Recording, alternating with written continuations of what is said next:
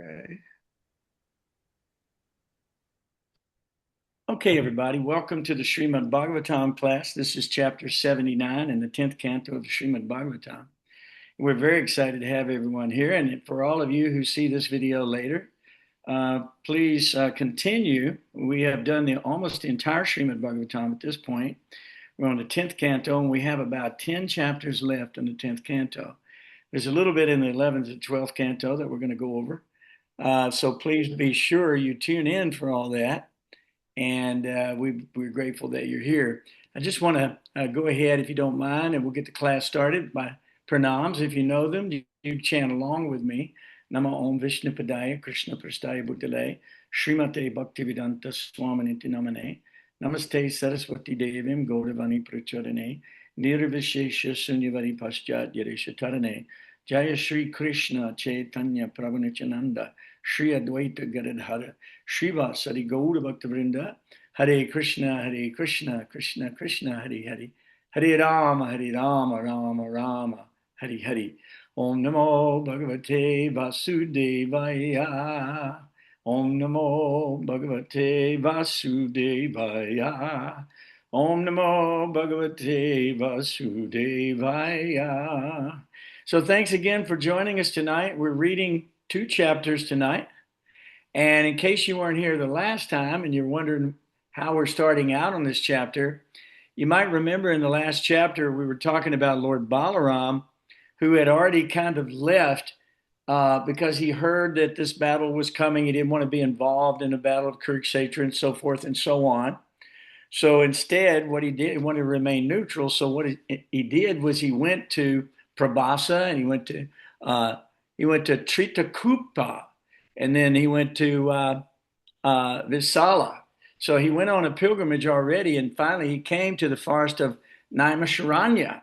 You might remember the forest, and the sages gathered in the forest. And at that point, because Ramaharsana's sutta did not stand when he arrived, but instead was egotistical, and he remained sitting on his seat of honor. At that time, what happened was the Lord, greatly angered by this activity of, false ego, he grabbed a piece of kusha grass, and this is known as his kusha weapon. It's just a piece of grass, and he just touched Ramaharsana with it, and Ramaharsana died immediately. And then he installed his son on the speaker's seat. There's an old adage that the father takes birth as his son. So he gave him the seat of honor, and this is where this chapter starts. So let's move to the next chapter here. Hold on just one second. So this chapter is called Lord Balaram Goes on Pilgrimage, and it starts out, I'll read a few of these verses, and then everybody who would like to read, please join in. You're welcome to read. We love to hear your voices. So again, this is Excuse chapter me. 79. I'm sorry. Excuse me. Can Uh-huh. you tell me where you are? Yeah, I was just You about to. said It's chapter okay, 79, 10th canto, and it part would four, 10th canto, chapter. chapter 79, and we start with verse 1. So while you're locating that, I'll go ahead and begin reading. Okay? Okay, so here we go. Okay. All right, thank you, Marie. Sukadeva Goswami said, Then on the new moon day, O king, a fierce, frightening wind arose, scattering dust all about and spreading the smell of pus everywhere. Ugh. Next, onto the sacrificial arena came a downpour of abominable things, sent by Balvala, a great demon, Balvala, after which the demon himself appeared with a trident in his hand. The immense demon resembled a mass of black carbon. His top knot on his head and his beard were like molten copper, and his face had horrible fangs and furrowed eyebrows. Upon seeing him, Lord Balaram thought of his club, which tears to pieces his enemies' armies, and his plow weapon, which punishes the demons. Thus summoned, his 2 weapons appeared before him immediately. With the tip of his plow, Lord Balaram caught hold of the demon, Balvala, and he flew through the sky. And with his club, the Lord angrily struck that harasser of the Brahmanas on the head. Balava cried out in agony and fell to the ground, his forehead cracked open and gushing blood. He resembled a red mountain struck by a lightning bolt. The exalted sages honored Lord Rama with sincere prayers and awarded him infallible blessings. Then they performed his ritual bath, just as the demigods had formerly bathed Indra when he killed Vrita. They gave Lord Balaram a Vijjayanti garland of unfading lotuses in which resided the goddess of fortune. And they also gave him a seat of divine garments and jewelry. Then, given leave by the sages, the Lord went with a contingent of Brahmanas to the Kaushiki River, where he bathed. From there, he went to the lake which flows from the river, known as Sarayu. The Lord followed the course of the Sarayu until he came to Prayag, where he bathed and then performed rituals to propitiate the demigods and other beings. Next, he went to the ashram of Valhalla Rishi. Lord Balaram bathed in the Gomati, Gandaki, and Vipasra rivers, and he also immersed himself in the Sona. He then went to Gaya, where he worshipped his forefathers, and to the mouth of the Ganges, where he performed purifying ablutions. At Mount Mahindra, he saw Lord Parshuram and offered him prayers. And then he bathed in the 7 branches of the Godavari River, and also in the rivers Vena, Pampa, and Bhima Rati. The Lord Brahma met Lord Skanda and visited Sri Saila, the abode of Lord Girisha. In the southern provinces, known as Dravida Desha, the Supreme Lord saw the sacred Venkata Hill, as well as the cities of Kama, Koshni, and Kanchi, the exalted Kaveri River, and the most holy Sri Ranga. All right, where Lord Krishna has manifested himself. Maybe you're named after that, Rangavati. I don't know that. We'd have to find out the No, origin. I've never heard of that river at all. There you go, the Sri Ranga River, where Lord Krishna has manifested himself. Pretty cool. From there, he went to Rishabha Mountain, where the Lord Krishna also lives, and to the southern Mathura. And then he came to Setubandha, where the most grievous sins are destroyed. I'll read the next one because these are some hard words. There at Setubandha, Rameshwaram, Lord Halayuda gave the Brahmanas 10,000 cows in charity. He then visited the Kritamala and the Tamraparni rivers and the great Malaya mountains. In the Malaya range, Lord Balaram found Agastya Rishi sitting in meditation. After bowing down to the sage, the Lord offered him prayers and then received blessings from him. Taking leave from Agastya, he proceeded to the shore of the southern ocean, where he saw the goddess Durga in her form of Kanya Kumari. Next, he went to the Falguna Tirtha and bathed in the sacred Panchapsara lake, where Lord Vishnu had directly manifested himself. At this place, he gave away another 10,000 cows. Would somebody like to pick that up there? There's a lot more of these rivers and places where he went. It's text 19 through 21. I don't want to keep reading the whole thing. I can read, Prabhuji. Thank you. Text 19 to 21.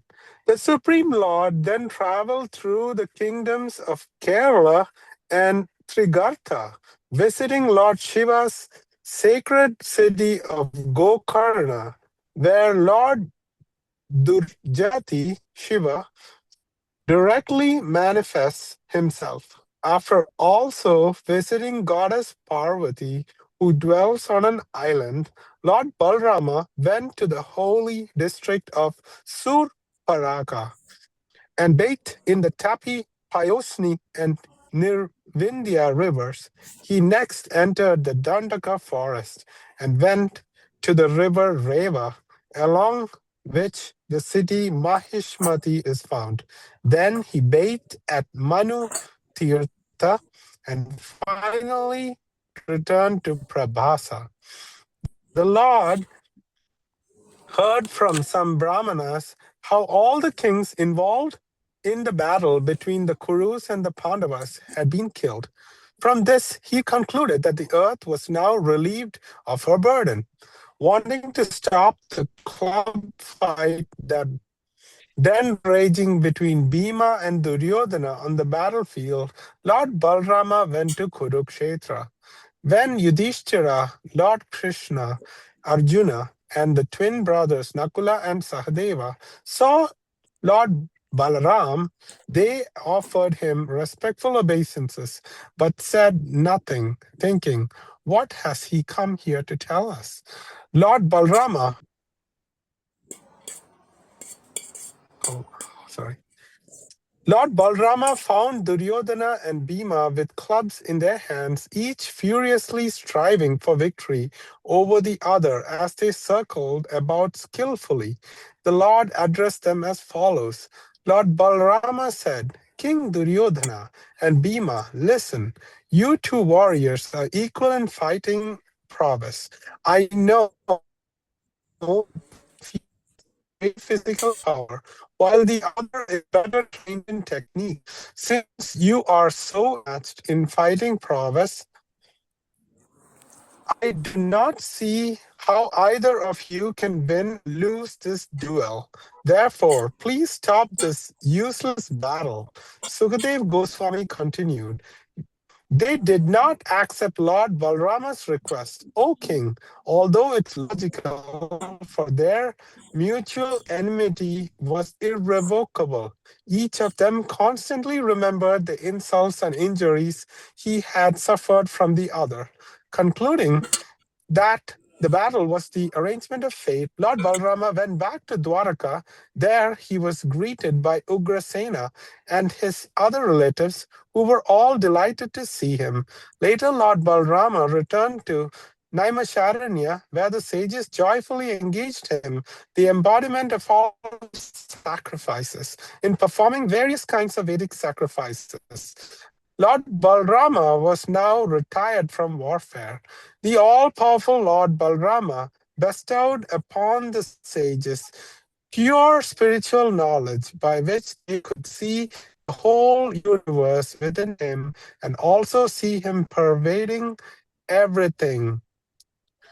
After executing with his wife the Avabrita ablution, the beautifully dressed and ornamented Lord Balarama, encircled by his immediate family and other relatives and friends, looked as splendid as the moon surrounded by its effulgent rays. Countless other such pastimes were performed by mighty Balarama, the unlimited and immeasurable Supreme Lord, whose mystic Yoga Maya power makes him appear to be a human being. All the activities of the unlimited Lord Balarama are amazing. Anyone who regularly remembers them at dawn and dusk will become very dear to the Supreme Personality of Godhead, Sri Vishnu. Hare Krishna. Thank you very much. Very nice. Thank you. Now we have chapter 80 to read. So who would like to pick up with verse 1? I can read if you want. Okay. We were listening to this particular one on the way home from Sadhusanga, this particular Leela. Right. King Parikshit said, "My lord, O master, I wish to hear about other valorous deeds performed by the Supreme Personality Godhead, Mukunda, whose valor is unlimited. O Brahmana, how could anyone who knows the essence of life and is disgusted with endeavoring for sense gratification give up the transcendental topics of Lord Uttama Shloka after hearing them repeatedly? Actual speech is that which describes the qualities of the Lord. Real hands are those that work for him. A true mind is that which always remembers him, dwelling within everything, moving and non-moving. And actual ears are those that listen to sanctifying topics about him. As an actual head is one that bows down to the Lord in his manifestations among the moving and non-moving creatures. Real eyes are those that see only the Lord, and actual limbs are those which regularly honor the water that has bathed the Lord's feet, or those of his devotee. Number 5, Sutta Goswami said, thus questioned by King Vishnurata, the powerful sage Badarayani replied, his heart fully absorbed in meditation on the Supreme Personality of Godhead, Vasudev. Sukadev Goswami said, Lord Krishna had a certain Brahmana friend named Sudama, who was most learned in Vedic knowledge and detached from all sense enjoyment. Furthermore, his mind was peaceful and his senses subdued. Living as a householder, he maintained himself with whatever came of its own accord. The wife of that poorly dressed Brahmana suffered along with him and was emaciated from hunger. The chaste wife of the poverty-stricken Brahmana once approached him. Her face dried up because of her distress. Trembling with fear, she spoke as follows. Sudama's wife said, O Brahmana, isn't it true that the husband of the goddess of fortune is the personal friend of your exalted self? That greatest of Yadavas, the Supreme Lord Krishna, is compassionate to Brahmanas and very willing to grant them his shelter. O fortunate one, please approach him, the real shelter of all saints. He will certainly give abundant wealth to such a suffering householder as you. Lord Krishna is now the ruler of the Bhojas, Vishnus, and Harkas, and is staying at Dwarka, since he gives even his own self to anyone who simply remembers his lotus feet. What doubt is there that he, the spiritual master of the universe, will bestow upon his sincere worshipper prosperity and material enjoyment, which are not even very desirable? Okay, does someone else want to continue at text 12? Marie, you ready now? Excuse me, yes. Start with text 12.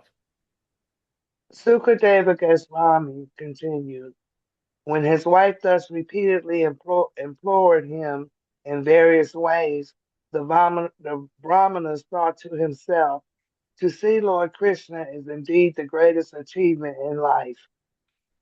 Thus he decided to go, but first he told her, my good wife, is there anything in the house I can bring as a gift? Please give it to me. Sudama's wife begged 4 handfuls of flat rice from neighboring Brahmanas, tied up the rice in a torn piece of cloth, and gave it to her husband as a present for Lord Krishna. Taking the flat rice, the saintly Brahmana set off to Dvarka, all the while wondering, how will I be able to have Krishna's audience? The learned Brahmana, joined by some local Brahmanas, passed 3 guard stations and went through 3 gateways, and then he walked by the homes of Lord Krishna's faithful devotees, the Andakas, the Vrishnis, which ordinarily no one could do. He then entered one of the opulent palaces belonging to Lord Harry's 16,000 queens. And when he did so, he felt as if he were attaining the bliss of liberation. At that time, Lord Akuta was seated on his consort's bed. Spotting the Brahmanas at some distance, the Lord immediately stood up, went forward to meet him, and with great pleasure embraced him. The lotus-eyed Supreme Lord felt intense ecstasy upon touching the body of his dear friend, the wise Brahmana, and thus he shed tears of love. Lord Krishna seated his friend Sudama upon the bed. Then the Lord, who purifies the whole world, personally offered his various tokens of respect and washed his feet, O king, after which he sprinkled the water on his own head. He anointed him with divinely fragrant sandalwood, a, a guru, and kankuma paste, and happily worshipped him with aromatic incense and arrays of lamps. After finally offering him betel nuts and the gift of a cow, he welcomed him with pleasing words. By fanning him with his kamara, the divine goddess of fortune personally served that poor Brahmana, whose clothing were torn and dirty, and who was so thin that veins were visible all over his body. The people in the royal palace were astonished to see Krishna, the Lord of spotless glory, so lovingly honor this shabbily dressed Brahmana. The residents of the palace said, "What pious acts has this unkept, impoverished Brahmana performed? People regard him as lowly and contemptible, yet the spiritual master of the three worlds, the abode of Goddess Sri, is serving him reverently." Leaving the goddess of fortune sitting on her bed, the Lord embraced this Brahmana as if he were an older brother. Sukadev Goswami continued, taking each other's hands, O King Krishna and Sudama talked pleasantly about how they once lived in the school of their guru. The Supreme Lord said, "My dear Brahmana, you know well the ways of Dharma. After you offered the gift of remuneration to our guru and returned home from his school, did you marry a compatible wife or not? Even though you are mostly involved in household affairs, your mind is not affected by personal desires. No, nor, O learned one, do you take much pleasure in the pursuit of material wealth.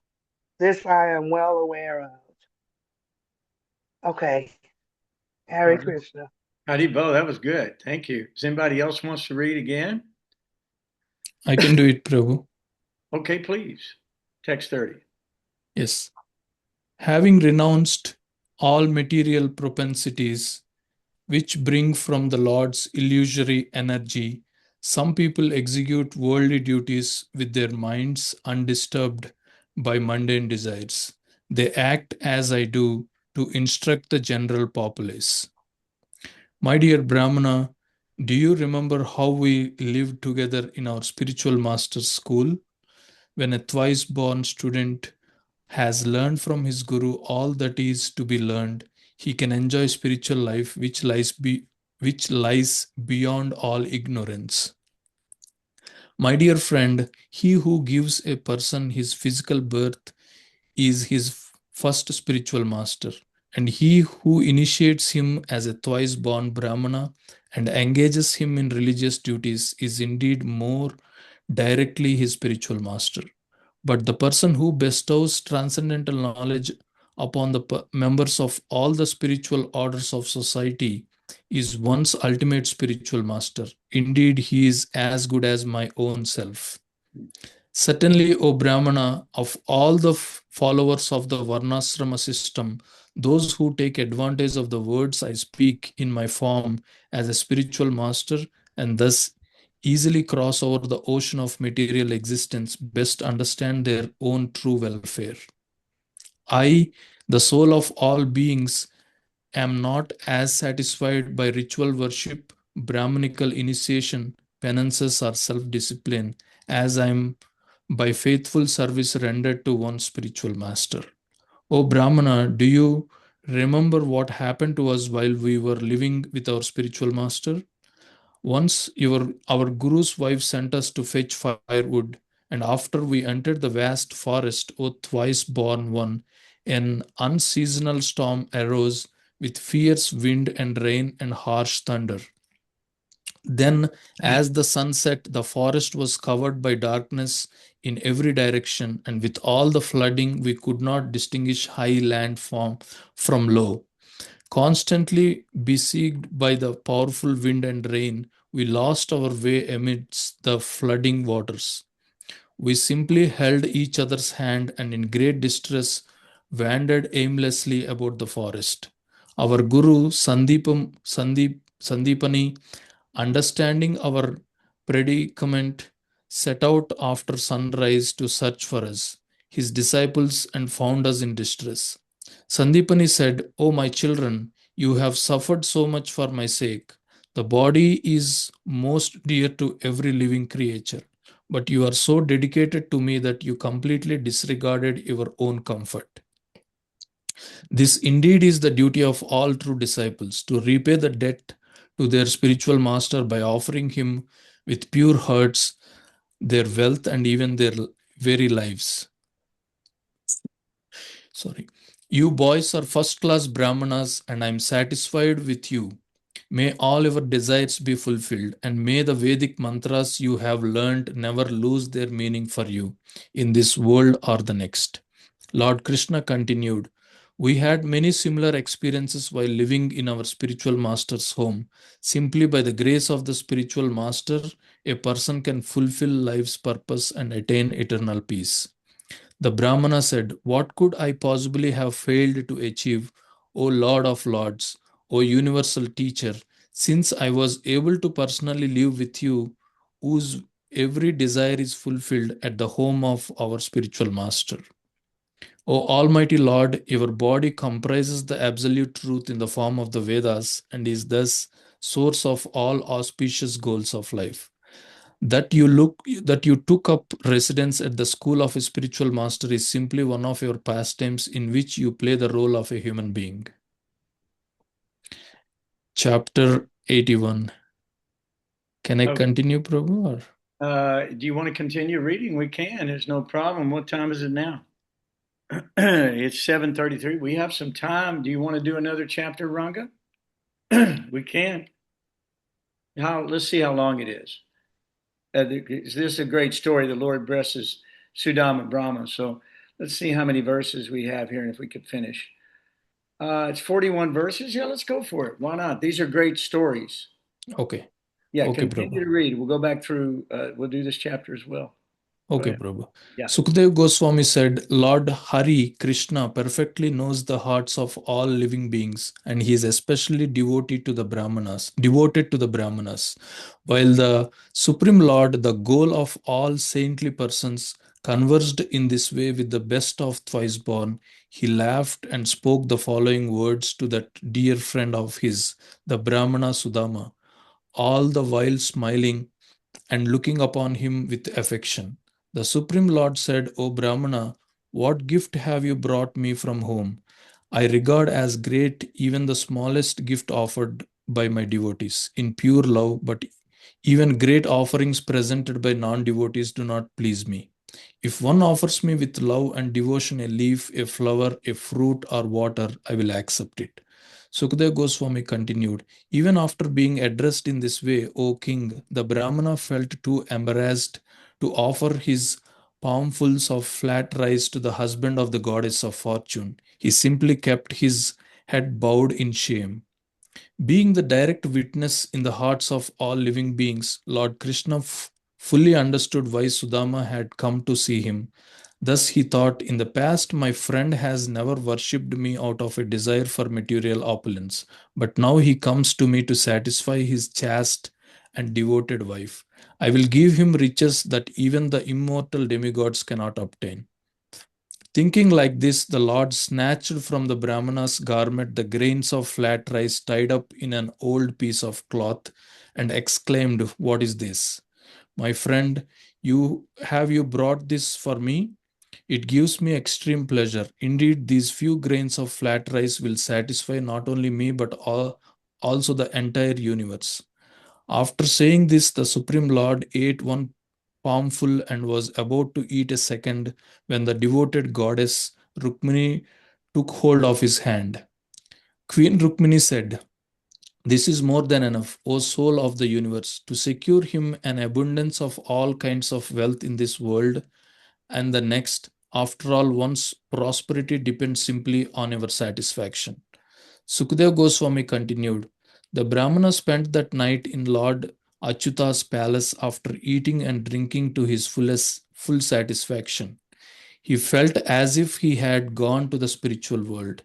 The next day, Sudama set off for home while being honored by Lord Krishna, the self satisfied maintainer of the universe. The Brahmana felt greatly delighted, my dear king, as he walked along the road. Although he had apparently received no wealth from Lord Krishna, Sudama was too shy to beg for him on his own. He simply returned home feeling perfectly satisfied to have had the Supreme Lord's audience. Sudama thought, Lord Krishna is known to be devoted to the Brahmanas, and now I have personally seen this devotion. Indeed, he who carries the goddess of fortune on his chest has embraced the poorest beggar. Who am I, a sinful, poor friend of a Brahmana? And who is Krishna, the Supreme Personality of Godhead, full in six opulences? Nonetheless, he has embraced me with his two arms. He treated me just like one of his brothers, making me sit on the bed of his beloved's consort. And because I was fatigued, his queen personally fanned me with yak-tail chamara. Although he is the lord of all demigods and the object of worship for all Brahmanas, he worshipped me as if I were a demigod myself, massaging my feet and rendering other humble services. Devotional service to his lotus feet is the root cause of all the perfections a person can find in heaven, in liberation, in the subterranean regions, and on earth. Thinking, if this poor wretch suddenly becomes rich, he will forget me in his intoxicating happiness. The compassionate Lord did not grant me even a little wealth. Sukadeva Goswami continued, thinking thus to himself, Sudama finally came to the place where his home stood. But that place was now crowded on all sides with towering celestial palaces, rivaling the combined brilliance of the sun, fire, and the moon. There were splendorous courtyards and gardens, each filled with flocks of cooing birds and beautified by ponds in which Kumuda, Amboja, Kerala, and Utpala lotuses grew. Finally, attired men, dew-eyed women stood in attendance. Sudama wondered, what is all this? Whose property is it? How has this all come about? As he continued to ponder on this way, the beautiful men and maid servants and effulgent as demigods came forward to greet their greatly fortunate master with loud song and instrumental music. When she heard that her husband had arrived, the Brahmana's wife quickly came out of the house in a jubilant flurry. She resembled the goddess of fortune herself emerging from her divine abode. When the chaste lady saw her husband, her eyes filled with tears of love and eagerness. As she held her eyes closed, she solemnly bowed down to him, and in her heart she embraced him. Sudama was amazed to see his wife, shining forth in the midst of maidservants adorned with jeweled lockets. She looked as effulgent as the demigoddess in her celestial airplane. With pleasure, he took his wife with him and entered his house, where there were hundreds of gem studded pillars, just as in the palace of Lord Mahendra. In Sudama's home were beds as soft and white as a foam of milk, with bedsteads made of ivory and ornamented with gold. There were also couches with golden legs, as well as royal chamara fans, golden thrones, soft cushions, and gleaming canopies hung with strings of pearls. Upon the walls of the sparkling crystal glass, inlaid with precious emeralds, shone jeweled lamps, and the women in the palace were all adorned with precious gems. As he viewed this luxurious opulence of all varieties, the Brahmana calmly reasoned to himself about his unexpected prosperity. Sudama thought, I have always been poor. Certainly, the only possible way that an unfortunate person as myself could become suddenly rich is that Lord Krishna, the supremely opulent chief of the Yadu dynasty, has glanced upon me. After all, my friend Krishna, the most exalted of the Dasarhas and the enjoyer of unlimited wealth, noticed that I secretly intended to beg from him. Thus, even though he said nothing about it, when I stood before him, he actually bestowed upon me the most abundant riches. In this way, he acted just like a merciful rain cloud. The Lord considered even his greatest benedictions to be insignificant, while he magnifies even a small service rendered to him by his well wishing devotee. Thus, with pleasure, the Supreme Soul accepted a single palmful of the flat rice I bought him. The Lord is the supremely compassionate reservoir of all the transcendental qualities. Life after life, may I serve him with love, friendship, and sympathy, and may I cultivate such firm attachment for him by the precious association of his devotees. To a devotee who lacks spiritual insight, the Supreme Lord will not grant the wonderful opulences of this world, kingly power, and material assets. Indeed, in his infinite wisdom, the unborn Lord well knows how the intoxication of pride can cause the downfall of the wealthy. Sukadeva Goswami continued, thus firmly fixing his determination by means of his spiritual intelligence, Sudama remained absolutely devoted to Lord Krishna, the shelter of all living beings.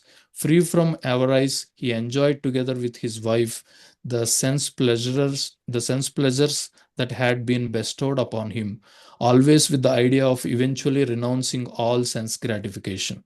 Lord Hari is the God of all gods, the master of all sacrifices, and the supreme ruler. But he accepts the saintly Brahmanas as his masters, and so there exists no deity higher than him. Thus, seeing how the unconquerable Supreme Lord is nonetheless conquered by his own servants, the Lord's dear Brahmana friend felt the remaining knots of material attachment within his heart being cut by the force of his constant meditation on the Lord. In a short time, he attained Lord Krishna's supreme abode, the destination of all of great saints. The Lord always shows Brahmana special favor. Anyone who hears this account of the Supreme Lord's kindness to Brahmanas will come to develop love for the Lord and thus freed from the bondage of material work. Wow. Hare Krishna. Such a beautiful story. This is one of the best stories in the entire Srimad Bhagavatam. Can anybody else mention a story where the Lord was given a palmful? The Lord actually gave a palmful of rice to someone. And who was that? Do you remember in his childhood pastimes? The fruit seller. Yeah, exactly. The fruit wallah. She came with fruits, and the Lord had no money, but he gave her a handful of rice. But because his hands were so small, all the rice had fallen out, and there were only a few grains left. But you see, because he favored her, right? Her basket was filled with what? Jewels. Yeah, unlimited jewels, rubies, and so forth. So, patram pushpam phalam toyam. Yome bhaktya prayachati. So bhakti is what the Lord is after. He has everything. He already has everything. And he can bestow it upon you. Now, if we go for material riches, it's called karma kanda. So karma kanda, in the effort to become wealthy and famous and powerful and rich and have beautiful wives and palaces in the material world, is fulfilled only for a short period of time. But in this situation, we see that Sudama Brahmana was able to not only have the riches here, but also eternally in the spiritual sky. He had such riches.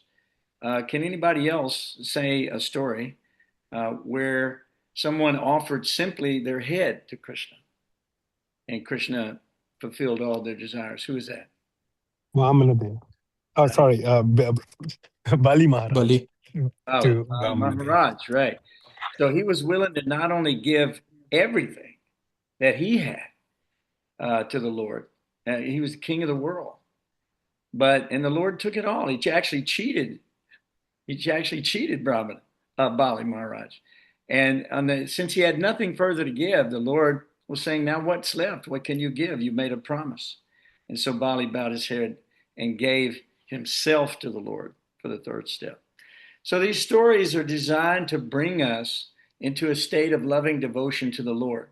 It says the Lord always shows his brahmanas special favor, and anyone who hears these accounts of the Lord's kindness to the brahmanas will come to develop love of God and thus become free from all of the bondage of material work in the life. Krishna says in Bhagavad Gita, Ye yatamang prapadyante tangstataiva bhajamyaham mama vartmanu manusya parta sarvasha. All of them, as they surrender to me, I reward accordingly. Everyone follows my path in all respects. So everyone is following his path in all respects. And he says, Nayam lokosya yagyasya kuto nya kuru satama. And that means, O best of the Kuru dynasty, without sacrifice, one can never live happily on this planet or in this life. What are the next? So what to speak of the next? So even in the Bible, it says that one should seek the kingdom of God first, and then all things shall be added. Not that we seek the kingdom of the material world and expect all things to be added. That's not how it works.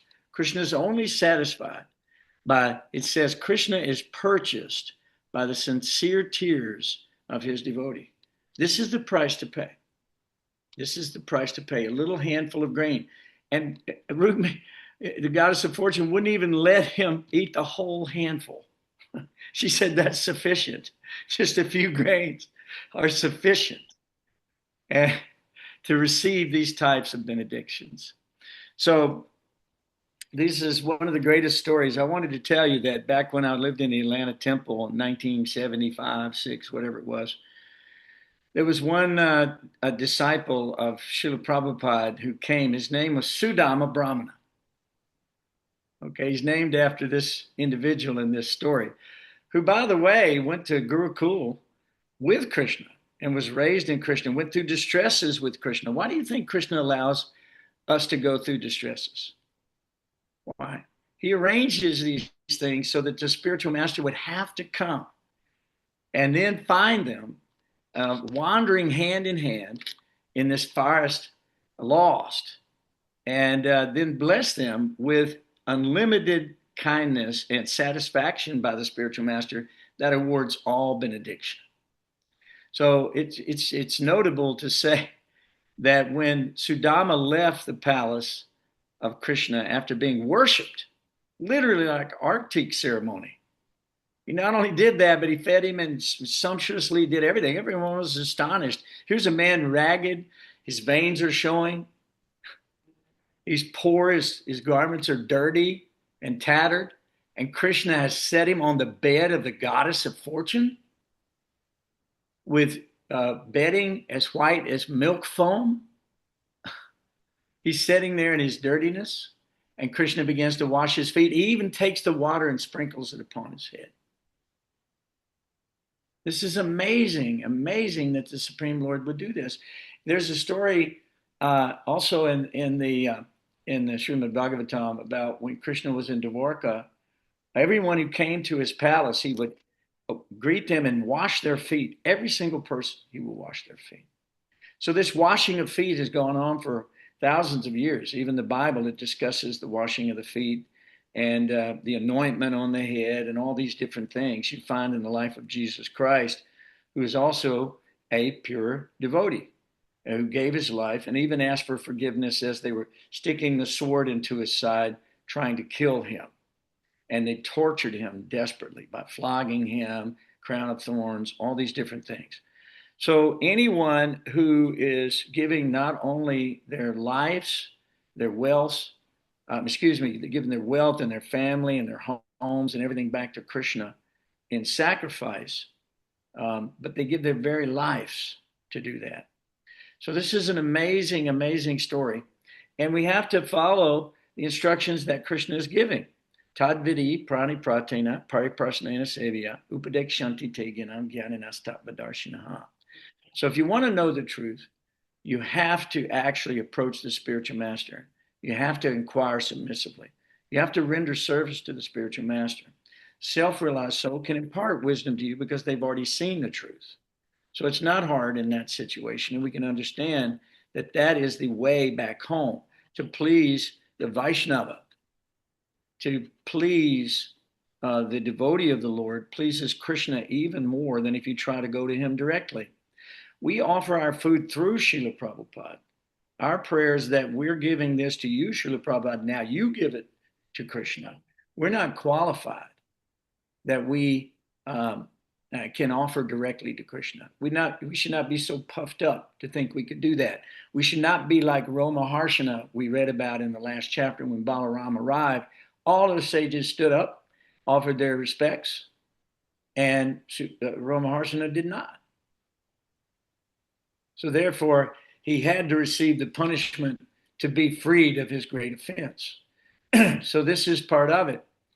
Even in the time of the Vedic kings, if someone had done some killing or whatever they had done like this, they were put to death. And that neutralized their karma so they could take another birth free from those sinful reactions. Otherwise, they were born, in some cases, people are born in poverty. They're born deformed, disfigured.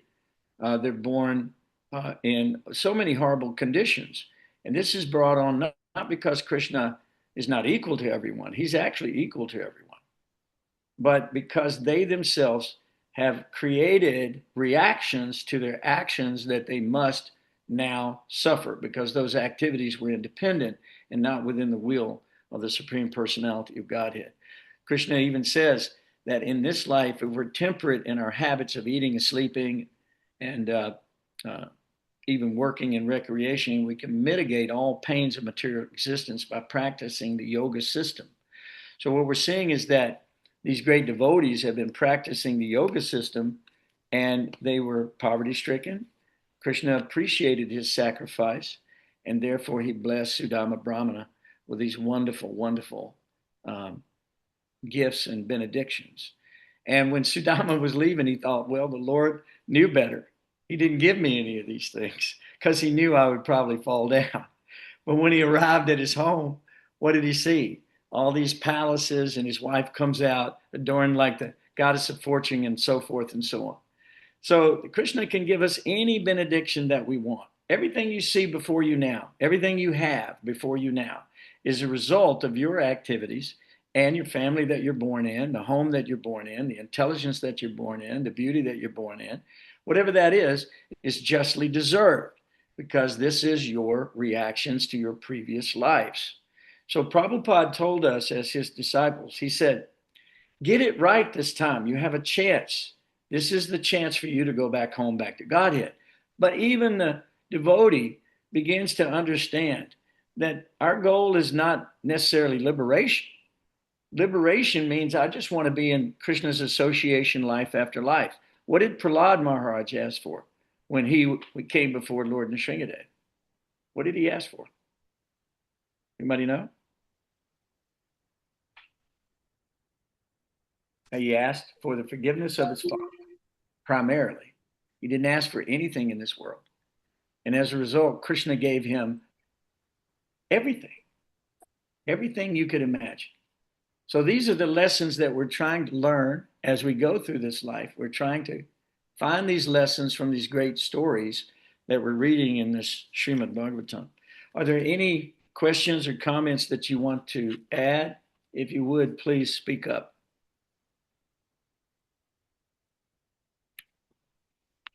I just found the beautiful animation film that we watched on the way home.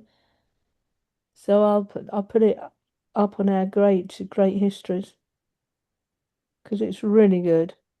Okay. Okay. Well, maybe everybody can take a look at that when you get a chance. Krishna says, Naham prakashya sarvasha yoga maya samanvrita mudho yam nabijananti lokomam ajam avyayam.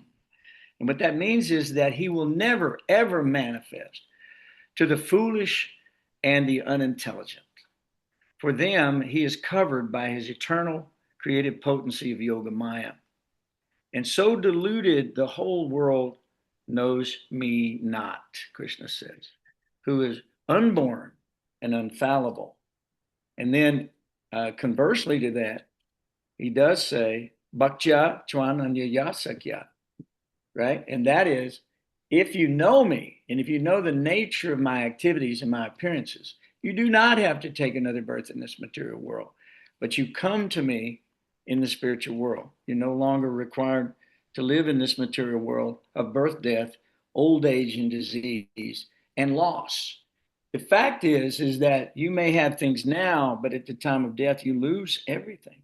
So if you covet these things and you make them your priority in life, you have no understanding of the meaning of life. You become that foolish and unintelligent person that Krishna is talking about. But he does say in 7:19, Bahunam Janmanam Ante, Jnanavamam Prapadyate, Vasudeva Sarvamiti, Sa Mahatma Sadulapa. After many births and deaths, he who is actually in knowledge surrenders unto me, knowing me to be the cause of all causes and all that is. But such a great soul is very, very rare. So Krishna is looking for that one moon out of the sky.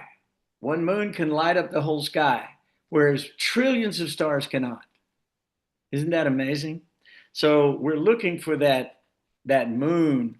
Prabhupada actually said, or no, it was Bhaktisiddhanta said this. He said, I would trade every bit of our properties and everything that we have for one pure devotee.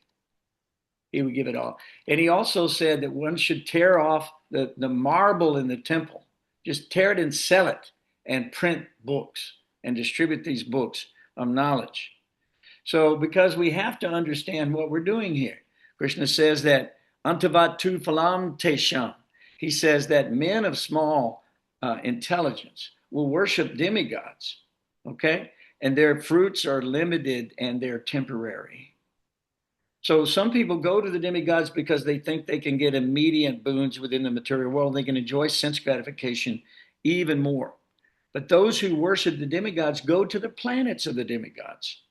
And those who worship me, my devotees, ultimately will attain to my supreme planet. So where do we want to go?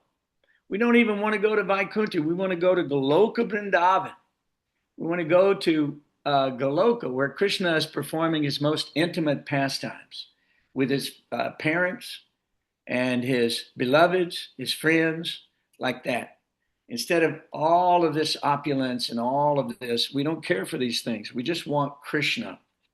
We want Krishna. That's the thing. And throughout the Srimad Bhagavatam, we find out that if you look at all the stories, the example is set to not take the broken glass of this material world, but to take that one diamond of Krishna consciousness. Prabhupada said, he said that if you're selling rhinestone, cut glass, so many people will come to buy.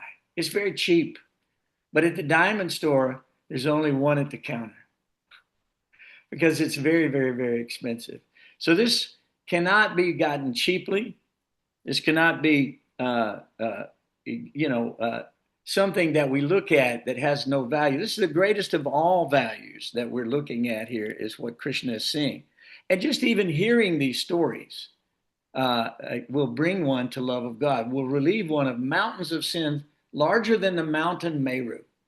So it doesn't matter who you come, where you're coming from, what your background is, whatever it is. It doesn't matter. Krishna says all of them, as they surrender to me, I will reward accordingly. So it's a matter of surrender. And Krishna says that in the last verse. He says, Sarvadharma Purjaja, Mamikam Sadanam Purja, Aham Tvam Sarva Papedyo, Moksha Ishami Masaja. He wants us to actually abandon all these varieties of so-called religion and surrender to him. He's not impressed. He just said it. I'm not impressed with this yagya, with the yoga system. I'm not impressed with your tapasya. I'm not impressed with your wealth. I'm not impressed with all of these things. The only thing that really touches him is this love and devotion. He's begging for it because that's the relationship. We can see how sweet this is when we actually enter into this. He actually calls this Rajavidya. He calls it Rajaguyam.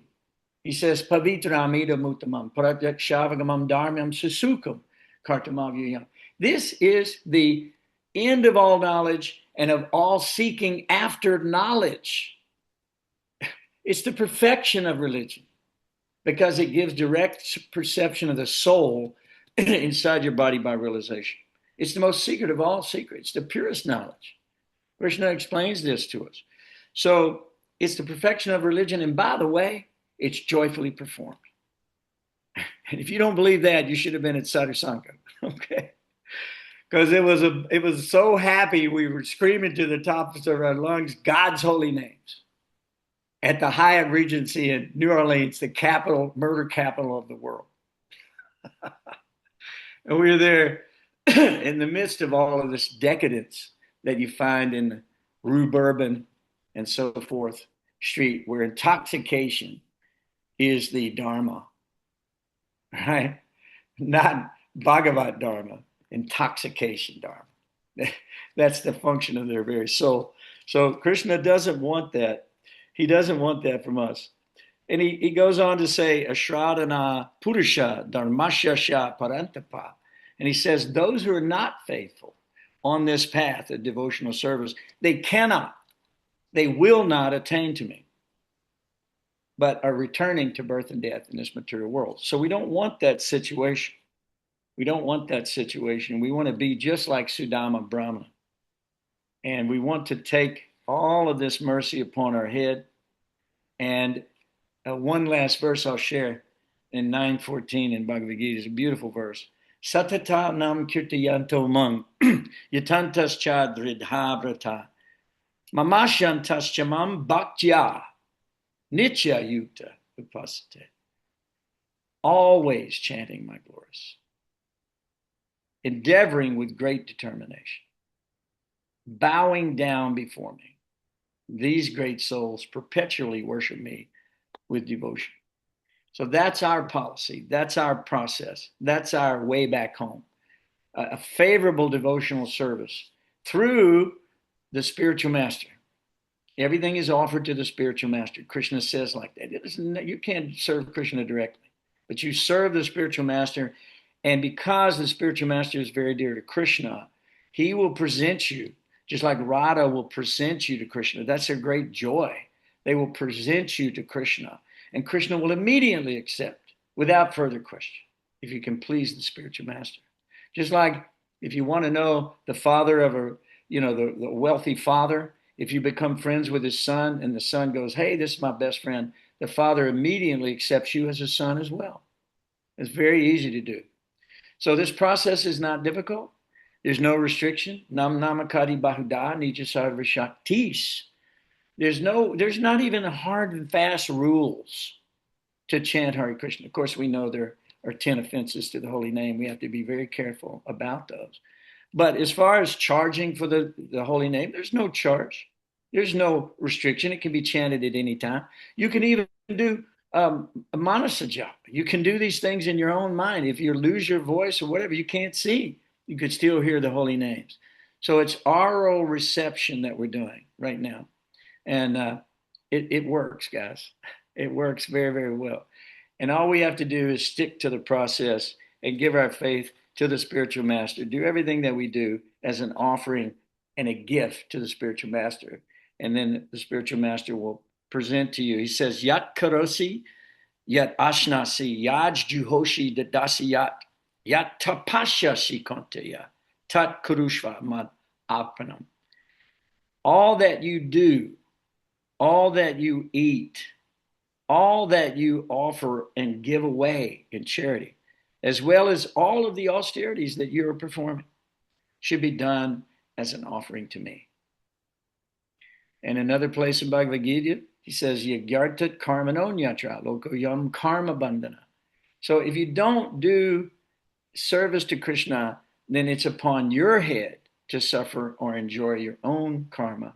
And that's where we've ended up. So now it's time to turn to the spiritual master. Now it's time to turn to the holy names. Yada yada hi dharmasya. Krishna says, I'm coming again and again and again. I'm bringing you the Dharma. Why won't you take? Why won't you take?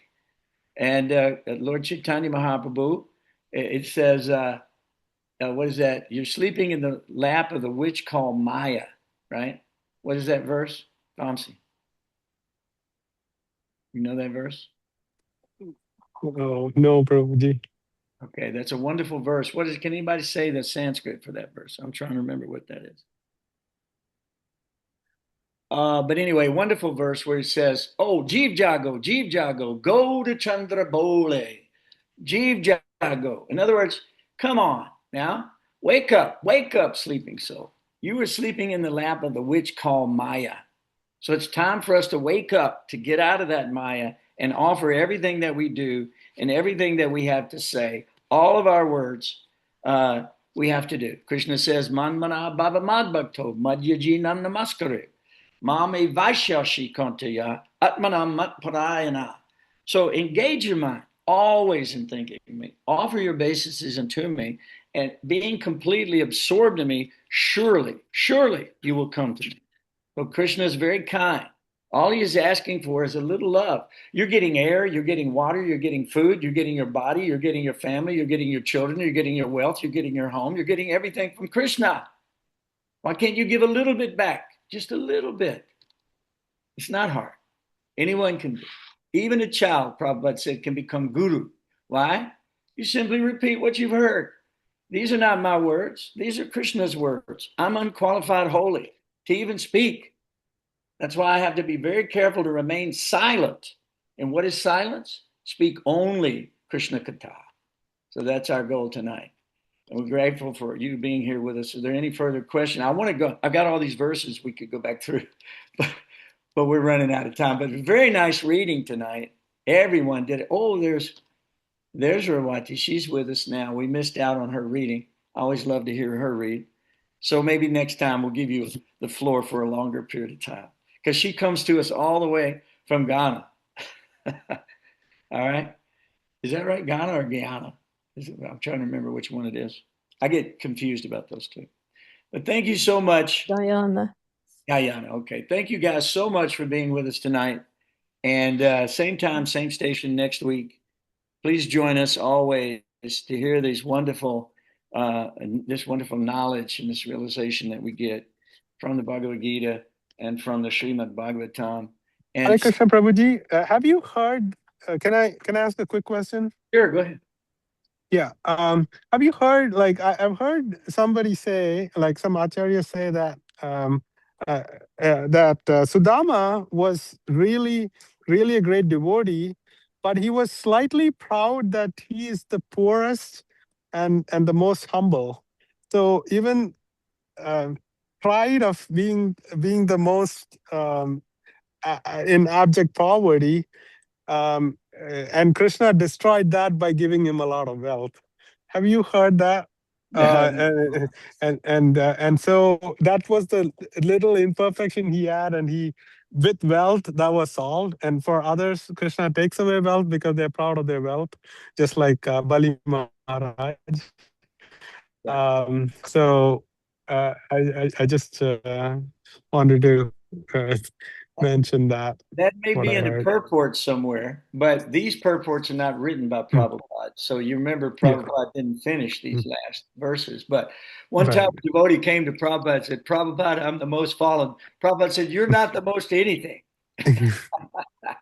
We're not the most anything. So we're not even the most fallen. We're not the most humble. We're not the most whatever. There's someone worse or better than us in every situation. And so therefore, this is a das anu das, which means that we are just simply the servant of the devotee, removed millions of times from Krishna. We should never be so proud thinking, oh, I'm serving Krishna so nice. We're not serving anything nicely.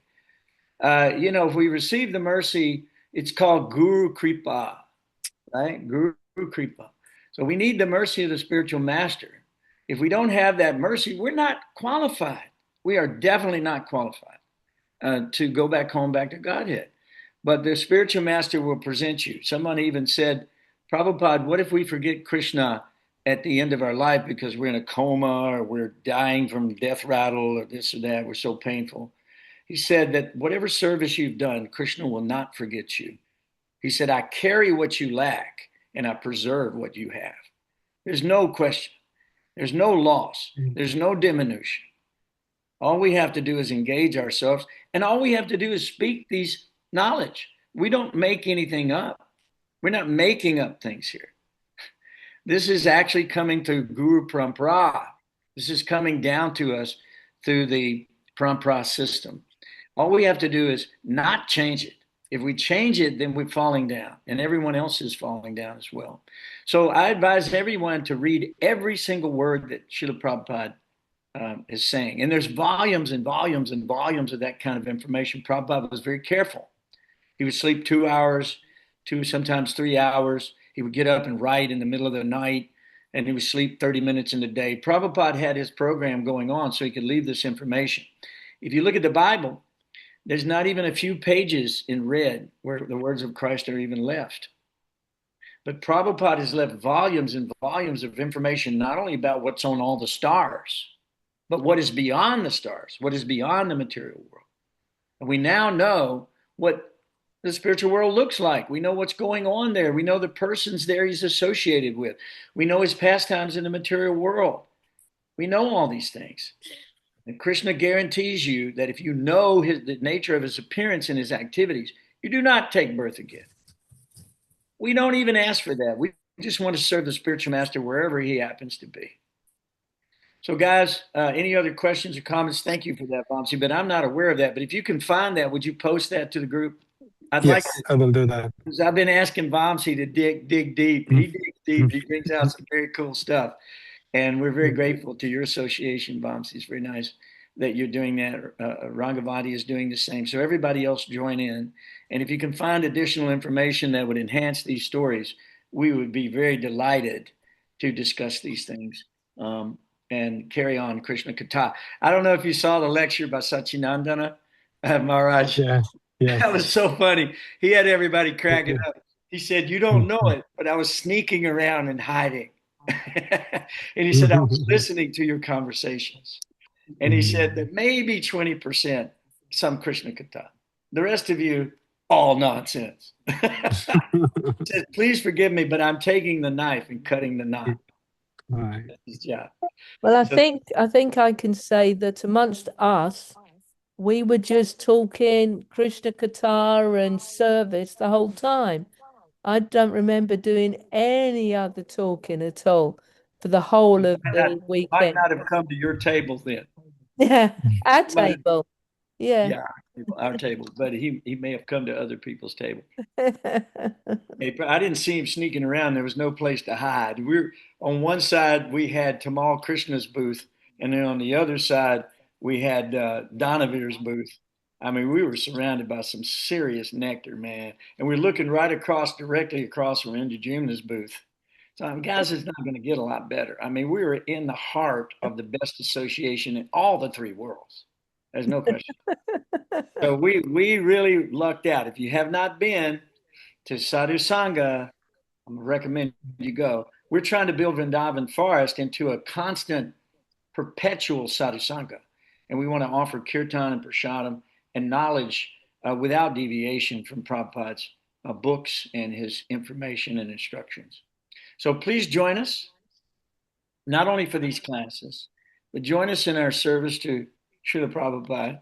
And let's go back home, back to Godhead. We'll all row the boat together across the ocean of nescience, and we'll end up on the other shore. And it will be so happy. You know, when I see my God brothers from the 70s and 80s and 90s, and all these nice devotees who are coming, my heart melts. It melts by their service to the Lord. And we had some devotees who joined in 1966 there. We had devotees who joined in 67 and 68, and we were able to take prasadam with these nice devotees. So we got their darshan, And so we're feeling very enlivened and spiritually uplifted. So always keep the association of the devotees and engage your mind always in thinking about the Lord, because the Lord is aham sarvasya prabhavo, matak sarvam pravartate. He said, I am the source. I am the source of all material and spiritual world. Everything you see is emanating from Krishna. There's nothing that you see that is not Krishna. How is it possible you could not be Krishna conscious in this environment? How is it possible? It's just a simple matter of what Krishna says when he showed his universal form to Arjuna. He said to Arjuna, you cannot see me. Therefore, I give you divine eyes. So Prabhupada is the transcendental via medium back to the spiritual world. He is giving us divine eyes. He is the actual open window. We can look through Prabhupada and we can understand who is God. No one knows who is God. They have all types of misconceptions. They think God is a bright light. You've fallen in love with a bright light? Mhm. Who's falling in love with a bright light?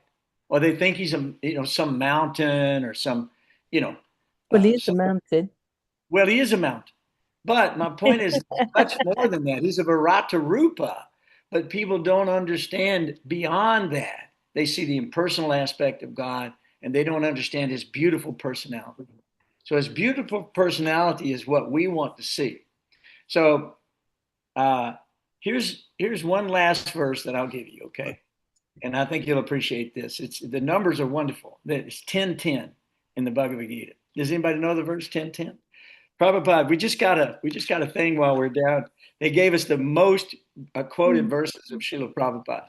And we used to just study these and try to remember these verses. And because it's the only way we know how to preach. We shouldn't preach any other way. So in 10:10 of Bhagavad Gita, Tesham satata yuktanam, bhajatam priti purvakam, dadami buddhi yogam tam, jainamam upayanti.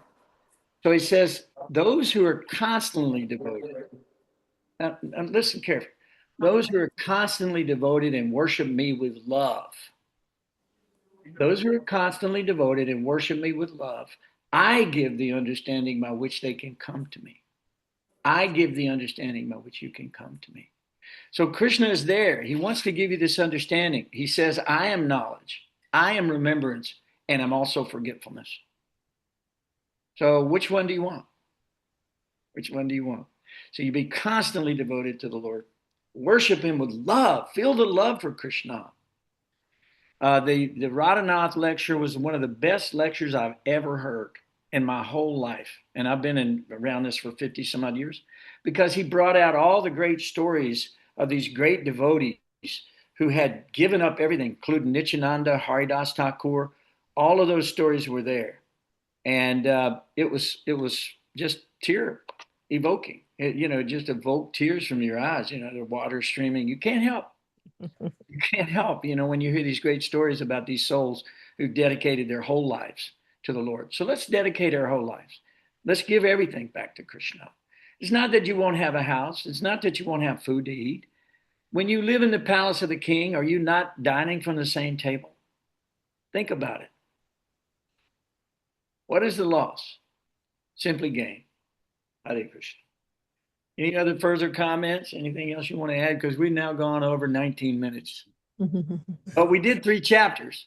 Yeah, really Pretty good. cool. Pretty cool. And if we didn't do the Sudama Brahma, the rest of it, we wouldn't have got that message tonight. I think it was very important that we did that. And I really appreciate the reading by Ganesh tonight. It's very, very nice, Ganesh. Everyone did a beautiful job, and we're very grateful for your association.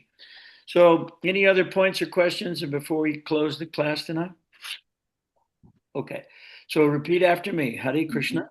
Hare Krishna. Hare Krishna. Hare Hare Krishna. Krishna Krishna. Krishna Krishna. Hare Hare. Hare Hare. Hare Rama. Hare Hare Rama. Rama. Hare Rama. Hare Rama. Hare Rama. Rama Rama. Rama Rama.